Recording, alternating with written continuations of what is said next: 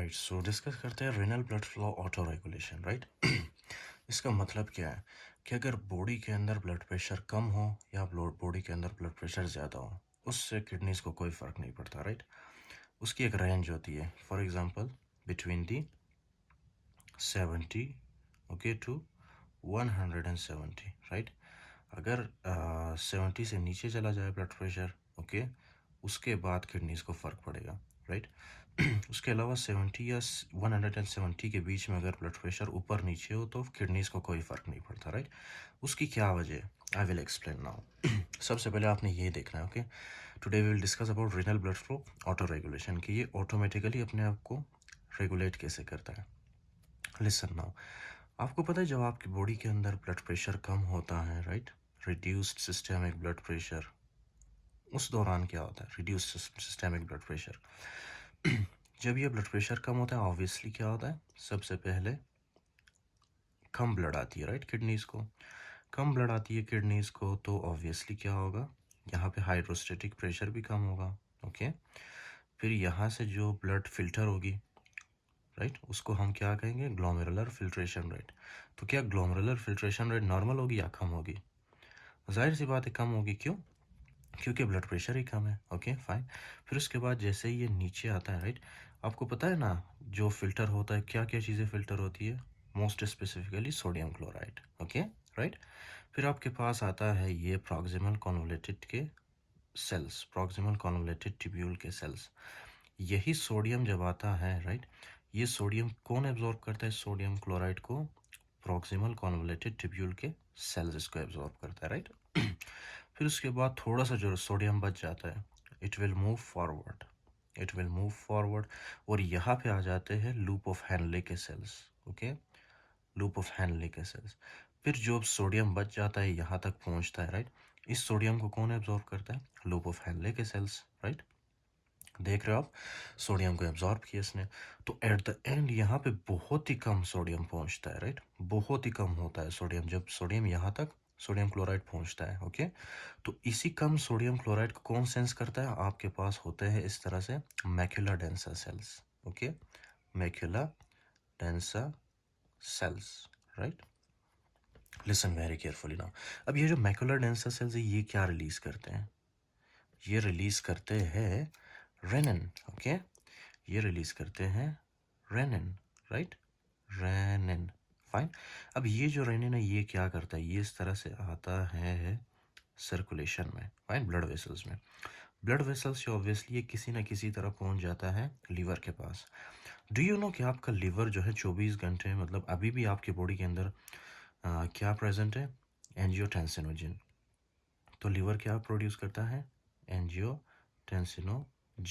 Okay, angiotensinogen. फिर ये जो रेनिन आया था, राइट, ये रेनिन एंजियोटेंसिनोजिन के ऊपर एक्ट करके एंजियोटेंसिनोजिन को कन्वर्ट करता है एंजियोटेंसिन 1 में। सिंपल। ओके राइट, क्या हुआ, रेनिन आया मैक्यूला डेंसा सेल से ब्लड वेसल्स के अंदर, फिर इसी रेनिन ने क्या किया, एंजियोटेंसिनोजिन को कन्वर्ट किया एंजियोटेंसिन 1 में। राइट, एंजियोटेंसिनोजिन कहाँ से आया था, लीवर से। Fine. Okay, now the next thing, ये जो एंजियोटेंसिन 1 है, ये क्या करता है, ये लीवर सॉरी लंग के सर्कुलेशन से होते हुए बाहर निकलता है। राइट, इस दौरान क्या होता है, जब एंजियोटेंसिन 1 लंग के सर्कुलेशन से होते हुए बाहर निकलता है, डू यू नो, ये जो एंजियोटेंसिन 1 था ना, ये एंजियोटेंसिन 2 में कन्वर्ट होता है। फाइन। कौन करता है इसको, लंग्स के अंदर एक एंजाइम होता है जिसको हम क्या कहेंगे, angiotensin converting enzyme. Okay, angiotensin converting enzyme जो कि लंग्स में प्रेजेंट होता है। राइट, तो जैसे ही एंजियोटेंसिन 1 लंग्स से गुजर रहा होता है, राइट, उसी दौरान एंजियोटेंसिन कन्वर्टिंग एंजाइम इसको कन्वर्ट करता है एंजियोटेंसिन 2 में। ओके फाइन, अब एंजियोटेंसिन 2 क्या करता है, लिसन वेरी केयरफुली। ओके, आपको पता है, इतना तो आपको पता ही होगा प्रीवियस लेक्चर्स से, ये यहाँ से यहाँ तक आपके कौन से आर्टीरियल है, एफरेंट आर्टीरियल है ना, राइट, फिर यहाँ से यहाँ तक क्या है, ग्लोमेरुलस, इसी तरह ना, ग्लोमेरुलस, फिर यहाँ से यहाँ तक आपके कौन से आर्टीरियल्स हैं, efferent arterioles. Okay, efferent arterioles. So now listen very carefully. ये आपके पास आ गया, ओके, एंजियोटेंसिन 2। एंजियोटेंसिन 2 के यहाँ पे इस तरह से रिसेप्टर्स होते हैं, रिसेप्टर्स होते हैं, फाइन। ये एंजियोटेंसिन 2 इस तरह से आके इस रिसेप्टर के साथ अटैच होता है, राइट। एंजियोटेंसिन 2, ये देख रहे हो आप, अटैच हो गया, राइट। अब ये एंजियोटेंसिन 2 जैसे ही इफरेंट आर्टीरियल के साथ अटैच होता है ना, ये इफरेंट आर्टीरियल को क्या करता है, इसमें वेजोकॉन्स्ट्रिक्शन कॉज करती है। ये इफरेंट आर्टीरियल इस तरह से कॉन्स्ट्रिक्ट करता है, फाइन, इस तरह से कॉन्स्ट्रिक्ट करता है। ये कॉन्स्ट्रिक्ट करता है तो क्या होगा, अब यहाँ से ब्लड जो आ रही थी, राइट, यहाँ से जो ब्लड इस तरह से सीधा सीधा जा रहा था, क्या वो ब्लड आसानी से अब आगे की तरफ मूव कर पाएगा? नहीं। क्यों? क्योंकि यहाँ पे हुई है वेजोकॉन्स्ट्रिक्शन। तो ब्लड ब्लड ज़्यादा अरसे के लिए ग्लोमेरुलस के अंदर पड़ा रहेगा, राइट। जब ब्लड ज़्यादा अरसे के लिए ग्लोमेरुलस के अंदर पड़ा रहता है तो उस दौरान क्या होता है, ब्लड में जितना भी सोडियम क्लोराइड है उनकी क्या होती है, फिल्ट्रेशन होती है, राइट, नॉर्मल फिल्ट्रेशन होती है। फिर क्या होता है कि पहले तो हमारे पास कम सोडियम क्लोराइड एब्जॉर्ब हो रहा था, राइट, फिल्टर हो रहा था, लेकिन अभी हमारे पास ज़्यादा सोडियम क्लोराइड एब्जॉर्ब हो रहा है, ओके। तो ये ज़्यादा सोडियम क्लोराइड एब्जॉर्ब होता है, उसमें से कुछ जाता है यहाँ पे रीअब्जॉर्ब होके, और कुछ आता है हमारे पास यहाँ पे रीअब्जॉर्ब होके, और इसी तरह से मैकुलर डेंसा सेल्स यानी डिस्टल कॉन्वोल्यूटेड ट्यूब्यूल में नॉर्मल सोडियम क्लोराइड पहुंचता है, ओके, फाइन। जब नॉर्मल सोडियम क्लोराइड पहुंचता है तो क्या होता है मैकुलर डेंसा सेल्स को पता चल जाता है कि सब कुछ नॉर्मल है बॉडी के अंदर, राइट, ओके, फाइन। तो इस तरह से क्या होता है, ये मैकुलर डेंसा सेल्स रेनिन के थ्रू, राइट, ये एफरेंट आर्टीरियोल्स की क्या करवाता है, वेजोकॉन्स्ट्रिक्शन, ताकि ज़्यादा अरसे तक ब्लड ग्लोमेरुलस के अंदर पड़ा रहे और ब्लड के अंदर जितना भी सोडियम क्लोराइड है वो आसानी से एब्जॉर्ब हो, फाइन, आसानी से वो फिल्टर हो, नॉर्मली जिस तरह होता है। अच्छा जी, तो आपको समझ आई, राइट। ये रेनिन आया, उस इस रेनिन ने क्या किया, इस रेनिन ने वेजो कॉन्स्ट्रिक्शन किया, राइट।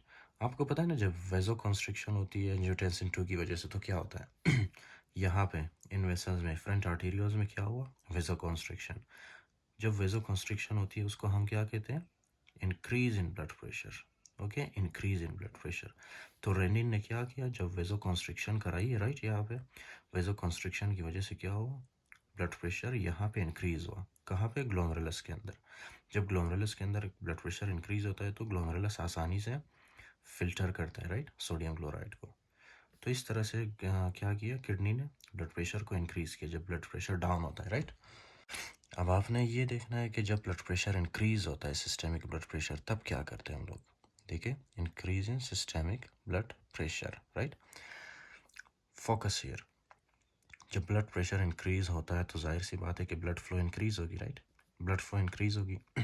जब ब्लड फ्लो इंक्रीज होती है तो क्या होता है, यहाँ से सोडियम क्लोराइड की एब्जॉर्प्शन या फिल्ट्रेशन भी ज़्यादा होती है, इसी तरह ना, ये सोडियम क्लोराइड है, इसकी फिल्ट्रेशन ज़्यादा हो रही है।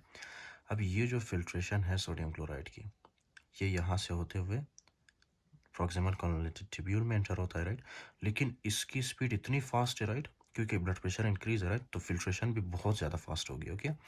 फिल्ट्रेशन के फास्ट होने की वजह से जब सोडियम क्लोराइड यहाँ पे पहुँचता है, राइट, ये प्रॉक्सिमल कॉन्वोल्यूटेड ट्यूब्यूल के सेल्स को मौका ही नहीं मिलता कि ये सोडियम क्लोराइड को रीएब्जॉर्ब करे, तो यहाँ पे बहुत ही कम रीएब्जॉर्प्शन होती है, राइट, सोडियम क्लोराइड की। और इस तरह से sodium chloride with a very fast speed ये इस तरह से जाता है लूप ऑफ हैनले में, ओके, लूप ऑफ हैनले में। अच्छा जी, तो जैसे ही ये लूप ऑफ हैनले में पहुंचता है, ओके, सोडियम क्लोराइड, यहाँ पे भी फिल्ट्रेशन बहुत ज़्यादा फास्ट है, राइट, यहाँ से सोडियम क्लोराइड बहुत ज़्यादा फास्ट आ रहा है ऑब्वियसली, ओके। तो क्या लूप ऑफ हैनले के सेल्स को मौका मिलेगा कि ये सोडियम क्लोराइड को रीअब्जॉर्ब करे? नहीं, राइट। इस वजह से क्या होगा, ये सोडियम क्लोराइड बहुत ही तेज़ी के साथ यहाँ से डिस्टल कॉन्वोल्यूटेड ट्यूब्यूल से आगे की तरफ मूव करता है और यूरिन में अपीयर होता है, राइट। अब इस एक्शन को कौन देखता है, मैक्यूलर डेंसा सेल्स, जो कि वॉचमैन थे, राइट। ये वॉचमैन क्या करता है, या मैक्यूलर डेंसा सेल्स ये देखता है कि सोडियम क्लोराइड बहुत ज़्यादा फास्ट, बहुत ज़्यादा तेज़ी से क्या हो रहा है, वेस्ट हो रहा है हमारे बॉडी के अंदर, राइट। तो ये क्या करता है, the first thing that it will do, ये क्या करता है, ये जो रेनिन प्रोड्यूस कर रहा था, राइट, इस रेनिन को कम कर देता है ये, ओके। सबसे पहले तो ये है ना, ये मैक्यूलर डेंसा सेल्स कुछ वेजो एक्टिव सब्सटेंसेस रिलीज करता है, okay, vasoactive substances. Do you know what is vasoactive substances?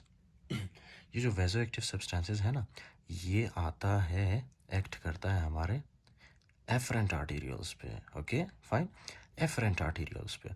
efferent arterioles की क्या करवाता है ये? constriction, right, constriction, right. अच्छा आप बताओ, अब जब efferent arterioles की vasoconstriction होती है, राइट, इस तरह से vasoconstriction होती है, तो क्या ज़्यादा ब्लड आ पाएगा हमारे किडनीज़ में? नहीं आ पाएगा, राइट.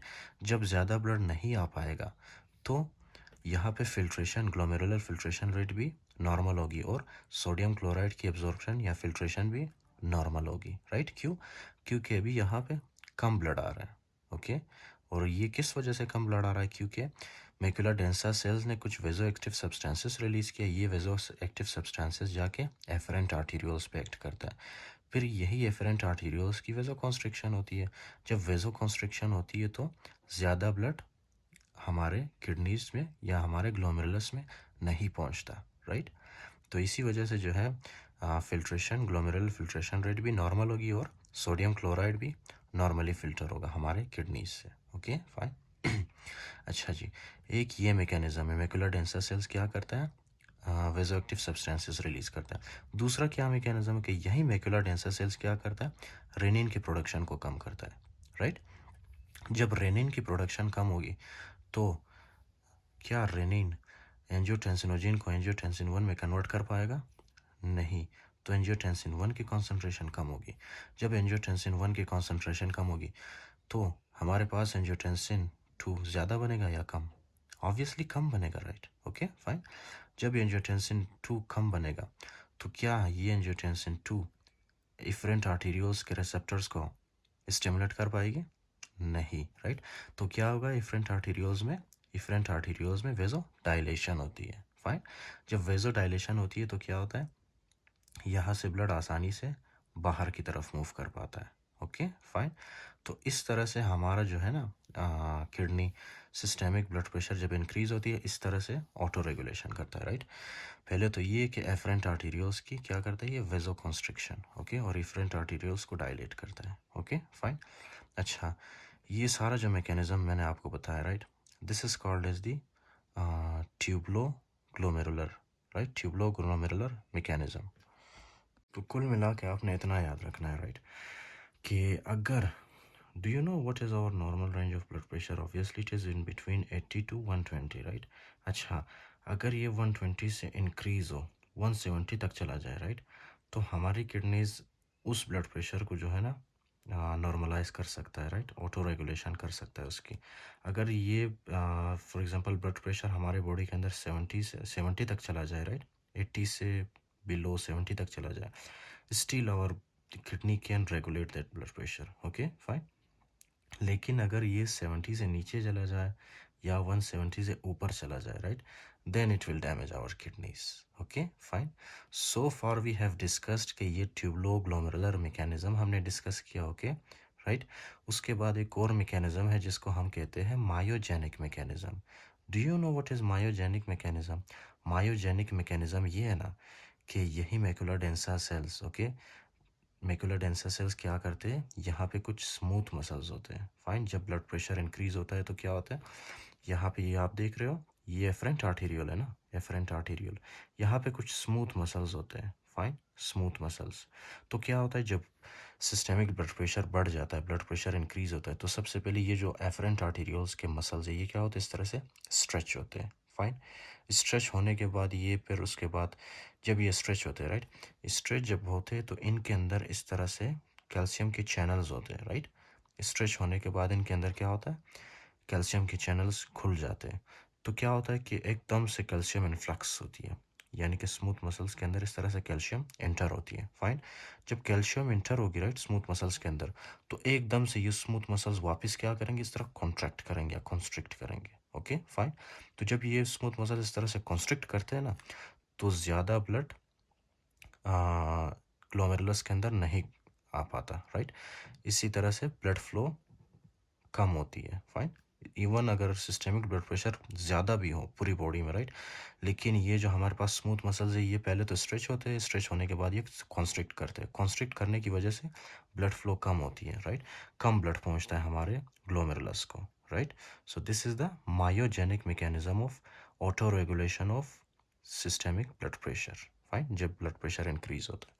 चलिए जी इसको रीड करते हैं। So renal blood flow auto regulation किस तरह से होता है, दो मैकेनिज्म्स के थ्रू, एक है मायोजेनिक मैकेनिज्म और दूसरा है ट्यूबलो glomerular mechanism, right, which we discussed earlier. Autoregulatory mechanisms help maintain a constant renal blood flow and glomerular filtration rate.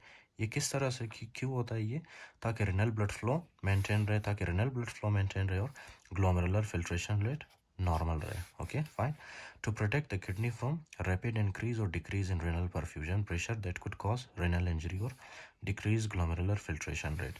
किस वजह से होता है, ताकि आपकी किडनी को कोई नुकसान ना पहुंचे, राइट, अक्यूट किडनी इंजरी ना हो, ओके फाइन। उसके अलावा क्या है मैकेनिज्म, कौन कौन से, एक मायोजेनिक मैकेनिज्म और दूसरा ट्यूबलो ग्लोमेरुलर मैकेनिज्म। एक मायोजेनिक है, राइट, जो कि मैं बता चुका हूँ, जिसमें क्या होता है स्मूथ मसल्स की कंस्ट्रिक्शन होती है, fine. Increase arterial pressure, stretch of afferent arterioles, जैसे ही ये आर्टरीज के अंदर ब्लड प्रेशर ज़्यादा होता है ना, तो क्या होता है, ये जो मसल्स है ना ये क्या करते हैं, पहले स्ट्रेच होते हैं, fine, stretch of afferent arterioles. फिर उसके बाद जब स्ट्रेच होता है ये जब ऐसे एक्सपेंड करता है उसके बाद क्या होता है, mechanical activation of vascular smooth muscle. ये वास्कुलर स्मूथ मसल जो है ना ये एक्टिवेट होते हैं, इनके अंदर कैल्शियम चला जाता है और उसके बाद ये वास्कुलर स्मूथ मसल्स क्या करते हैं, इस तरह से कॉन्ट्रैक्ट करते हैं, ओके राइट। देखो वेजो कॉन्स्ट्रिक्शन ऑफ एफरेंट आर्टीरियल, ये जो एफरेंट आर्टीरियल है ना इसकी क्या होती है वेजो कॉन्स्ट्रिक्शन, ये साइज में डायमीटर में छोटा होता है, जिसकी वजह से क्या होता है रेनल ब्लड फ्लो कम होता है, ये देखो, जिसकी वजह से reduced blood flow to renal system, okay. फिर उसके बाद दूसरा मैकेनिज्म है जिसमें क्या होता है ट्यूबलो ग्लोमेरुलर, इसमें है इंक्रीज सोडियम क्लोराइड और tonicity of the filtered sensed by macular densa cells. Do you remember मैंने आपको बताया था कि यहाँ पे क्या होता है, जब सोडियम क्लोराइड की कॉन्सेंट्रेशन ज़्यादा होती है, फाइन, सोडियम क्लोराइड की कॉन्सेंट्रेशन ज़्यादा होती है तो उसको कौन सेंस करता है, मैकुलर डेंसर सेल्स। अब मैकुलर डेंसर सेल्स क्या करेगा, कुछ वेजोएक्टिव सब्सटेंसेस रिलीज करेगा, राइट। ये वेजोएक्टिव सब्सटेंसेस जाके क्या करेगी, एफरेंट आर्टीरियोल्स की वेजो कॉन्स्ट्रिक्शन करेगी, राइट। वेजो कॉन्स्ट्रिक्शन जब होगी ऑब्वियसली क्या होगा, कम ब्लड आएगा, राइट, कम ब्लड आएगा। उसके अलावा जो है यही मैकुलर डेंसर सेल्स रेनिन की प्रोडक्शन को कम करती है, राइट, रेनिन की प्रोडक्शन को कम करती है। जब रेनिन की प्रोडक्शन कम होगी तो क्या ये सारा स्टेप होगा, नहीं होगा, राइट। एंजियोटेंसिन 2 भी कम बनेगा और एंजियोटेंसिन 2 जब कम बनेगा ऑब्वियसली एंजियोटेंसिन 2 एफरेंट आर्टीरियोल्स के रिसेप्टर्स को स्टिमुलेट नहीं कर पाएगी, राइट, जिसकी वजह से क्या होगा, यहाँ पे एफरेंट आर्टीरियोल्स में डायलेशन होगी, राइट, ओके। सो इस तरह से हमारा किडनी ऑटो रेगुलेशन करता है, ब्लड प्रेशर को नॉर्मलाइज करता है, फाइन।